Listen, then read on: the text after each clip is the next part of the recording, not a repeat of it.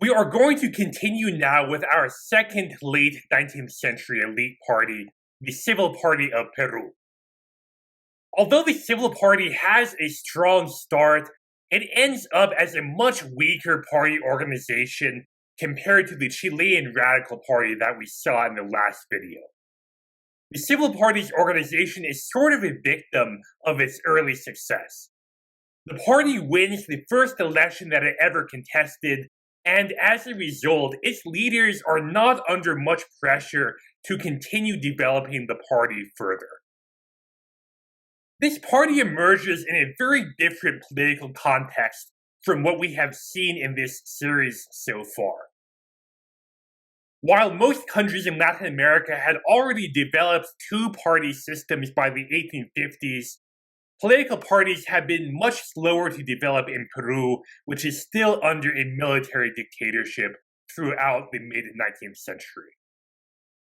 Peru does hold regular elections during this period, but these elections are always won by senior army officers. Some of these men can be classified as small L liberals or small c conservatives, but they are not part of stable political parties. The Civil Party is really the first political party to emerge in Peru, and it develops in the early 1870s largely for the purpose of breaking the military's grip on the presidency. The Civil Party is formed by aspiring civilian politicians in order to defeat the military candidate in the 1872 presidential election. In order to understand what the Civil Party is up against, it is worth examining the reasons why military candidates always win the presidency in Peru during the mid-19th century. The short answer is election interference, though this interference looks a bit different from what we have seen in previous videos in this series. In Peruvian elections during this era, the first stage of voting takes place outdoors in the largest plaza in each district. During the early hours of election day, the supporters of rival candidates battle each other for control over these plazas, because the side that controls the polling place also gets to determine whose votes get counted. In Peru at this time, presidential elections are won by the candidate whose campaign team is the most effective at seizing control over the polling places, these largest plazas in each district.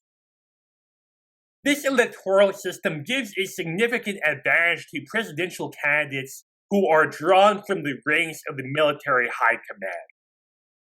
These senior military officers command the loyalty of various junior officers and ordinary soldiers who are able to mobilize their units into these election day brawls in order to support their superior officers' bid for the presidency. Soldiers are not the only people who participate in this electoral violence, but for obvious reasons, men with guns who also have military training tend to do quite well in these fights. To be clear, the military as an institution is not stealing these elections. This is much more decentralized than that. Junior officers are mobilizing the men under their command into electoral violence for the purpose of securing the election of a higher-ranking officer in their chain of command. But because the outcomes of these elections are determined by brute force, the candidates who stand the best chance of winning the elections tend to be senior military officers who are popular among the rank and file of the army. These men are the candidates who are able to command the most muscle on election day. This happens in election after election throughout the mid-19th century, and in most cases, civilian candidates do not even bother to run for president because they know that they are going to lose. If the election is contested at all, the two main candidates are both senior army officers. Civilian politicians still play a role in the government, though. They serve as members of Congress and as members of the president's cabinet, and Peru is also one of those Latin American countries that has developed a separate office of prime minister and the prime minister is usually a civilian during this era. This civilian elite is also becoming incredibly wealthy thanks to the economic boom that Peru is experiencing during the middle decades of the 19th century. This period is sometimes known as the guano era because guano harvesting was one of the major industries that helped set off the economic boom in the 1840s. Another important industry is nitrate mining in the Atacama Desert, which at that time was divided between Peru, Bolivia, and Chile. Farther north, Peru is also seeing the rise of large sugar plantations and the emergence of the agro-export model that will eventually take hold across most of Latin America by the end of that century. Lima also has one of the best developed financial sectors in Latin America during the mid-19th century. And Peru as a whole is a major epicenter for the emergence of capitalism in the region. By the late 1860s, this economic elite is pretty tired of being confined to subordinate roles in the political system, and many of Peru's leading businessmen feel that now is the time for a civilian to hold the nation's presidency. As the 1872 election approaches, these businessmen rally behind one of their own, Manuel Pardo y Lavalle. In many ways, Pardo epitomizes Peru's emerging bourgeoisie. He owns a large sugar plantation in northern Peru, and he is also extensively involved in both the guano industry and in the banking sector. He also has a strong political background, having served as Minister of Finance and then as mayor of Lima, the capital and largest city.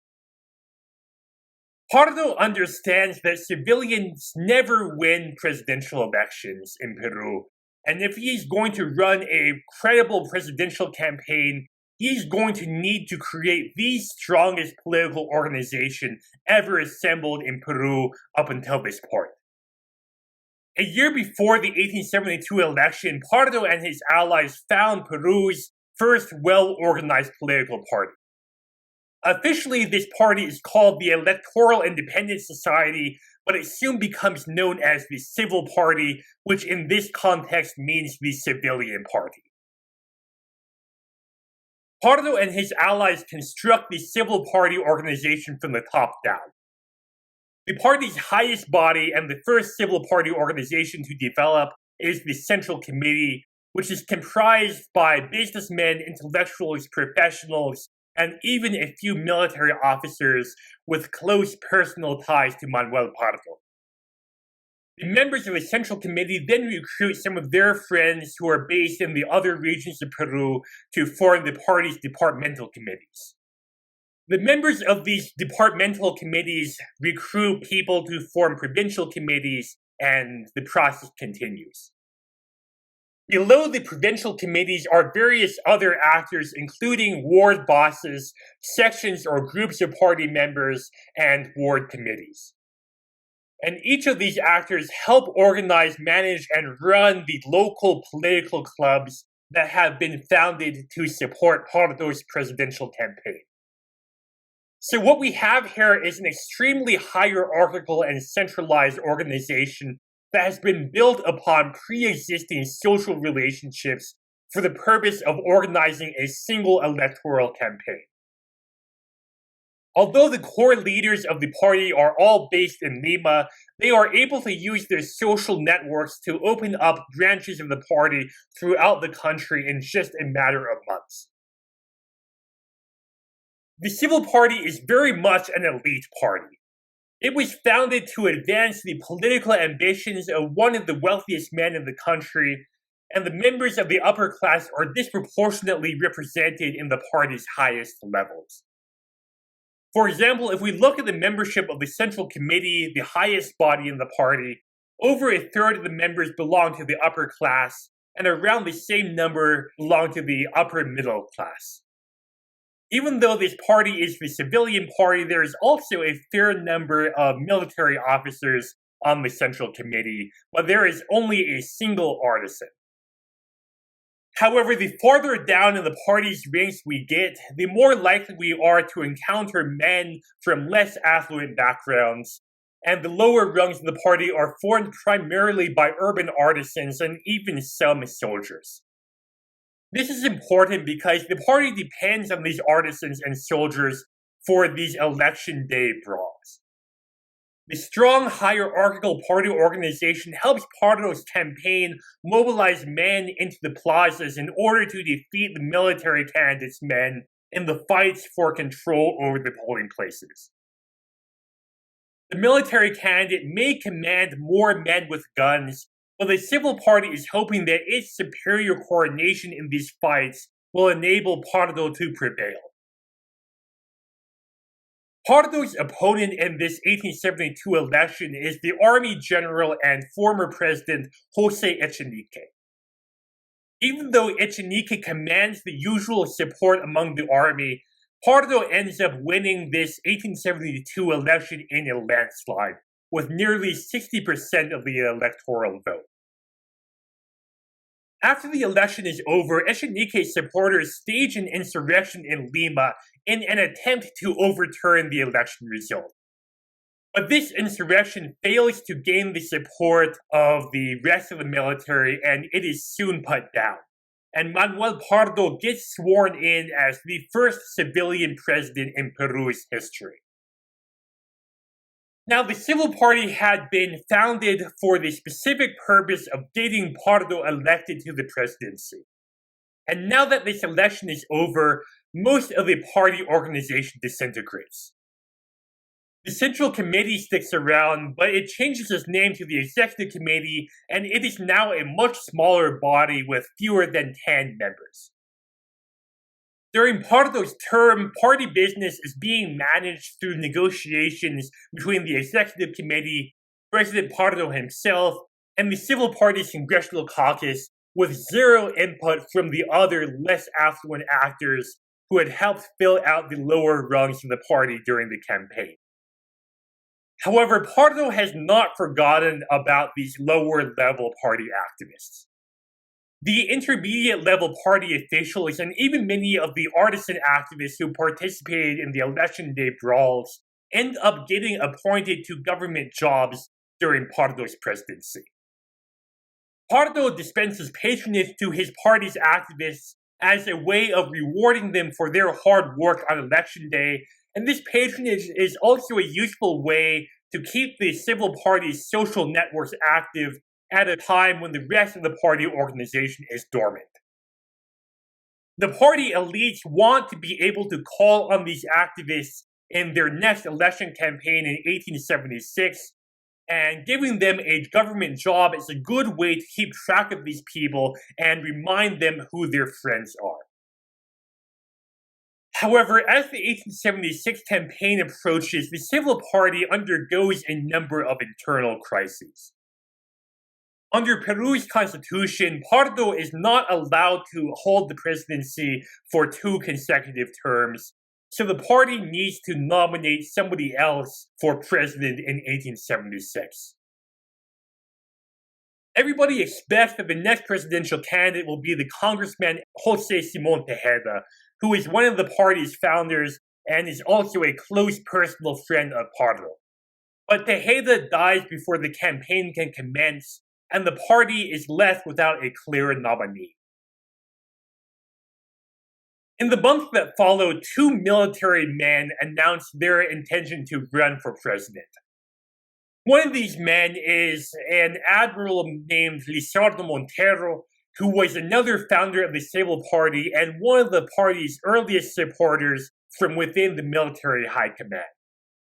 The other candidate is a former military dictator, Prado Ochoa, who first came to power in a coup in 1865 and who has no formal relationship with the Civil Party. So on the one hand, you have an admiral who had helped fund the party, and on the other hand, you have a former military dictator. And of course, the Civil Party's executive committee decides to endorse the former military dictator who has no ties to the party. This decision is extremely divisive within the civil party, and it demoralizes many of the party's lower-level activists who thought that the whole point of founding the civil party in the first place was to keep men like Prado Ochoa out of power. After Prado Ochoa wins the election, he quickly alienates the civil party, and the civilistas in Congress form the primary opposition to his government. But all is not lost. Manuel Pardo will be eligible to run for president again in the 1880 election, and he has a very good chance of defeating whoever the military candidate ends up being. So surely the civil party will be able to return to power in 1880.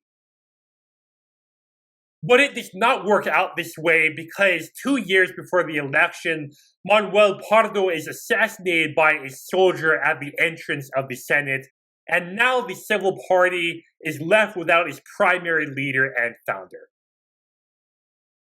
Pardo's assassination does not mark the end of the party.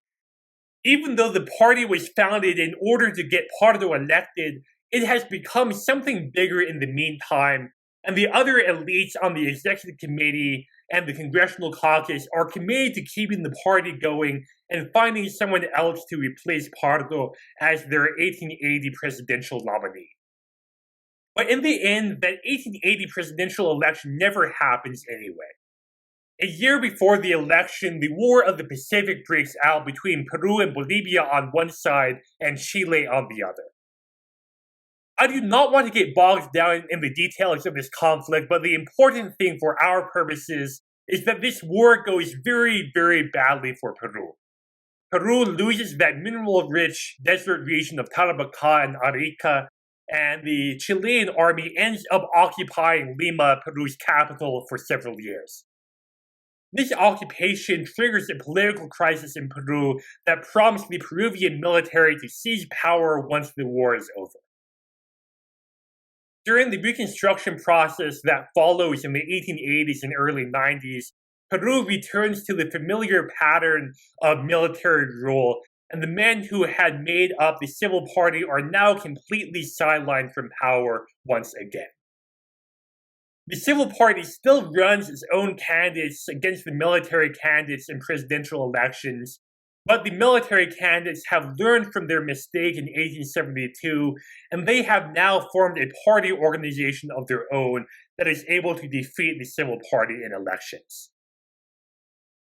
The civil party's fortunes finally turn around in 1895 when the military government is overthrown by a coalition between the civil party and a newer and more populist party called the Democratic Party. This 1895 revolution marks the end of military rule in Peru for the next generation. Peru's civilian economic elite is now in firm control of the government's institutions, and the civil party is the party that this oligarchy supports. The civil party emerges as Peru's dominant political party during the first 2 decades of the 20th century, and it wins all but one of the presidential elections held during this period. The civil party is not a strong party by the standards of early 20th century party politics, and most of the mass support that the civil party had commanded in the 1872 election has already evaporated by this time. The civil party is now firmly identified with Peru's oligarchy, the so-called 24 amigos, or 24 friends from the banking and the sugar export sector who run the country during the early 20th century. The civil party owes its political dominance mostly to its first mover advantage. Because the civil party was the first political party to develop in Peru, it has a head start over all of its potential rivals in a way that deters other challengers from entering the political market. If you are an ambitious politician, it is much easier to join this civil party that has already existed for decades rather than trying to build a new party of your own that will probably lose the election anyway.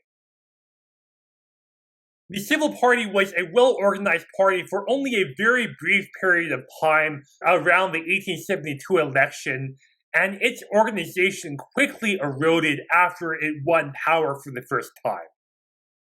But in a political system without any other major parties, even a weak party like the Civil Party can win elections simply by default.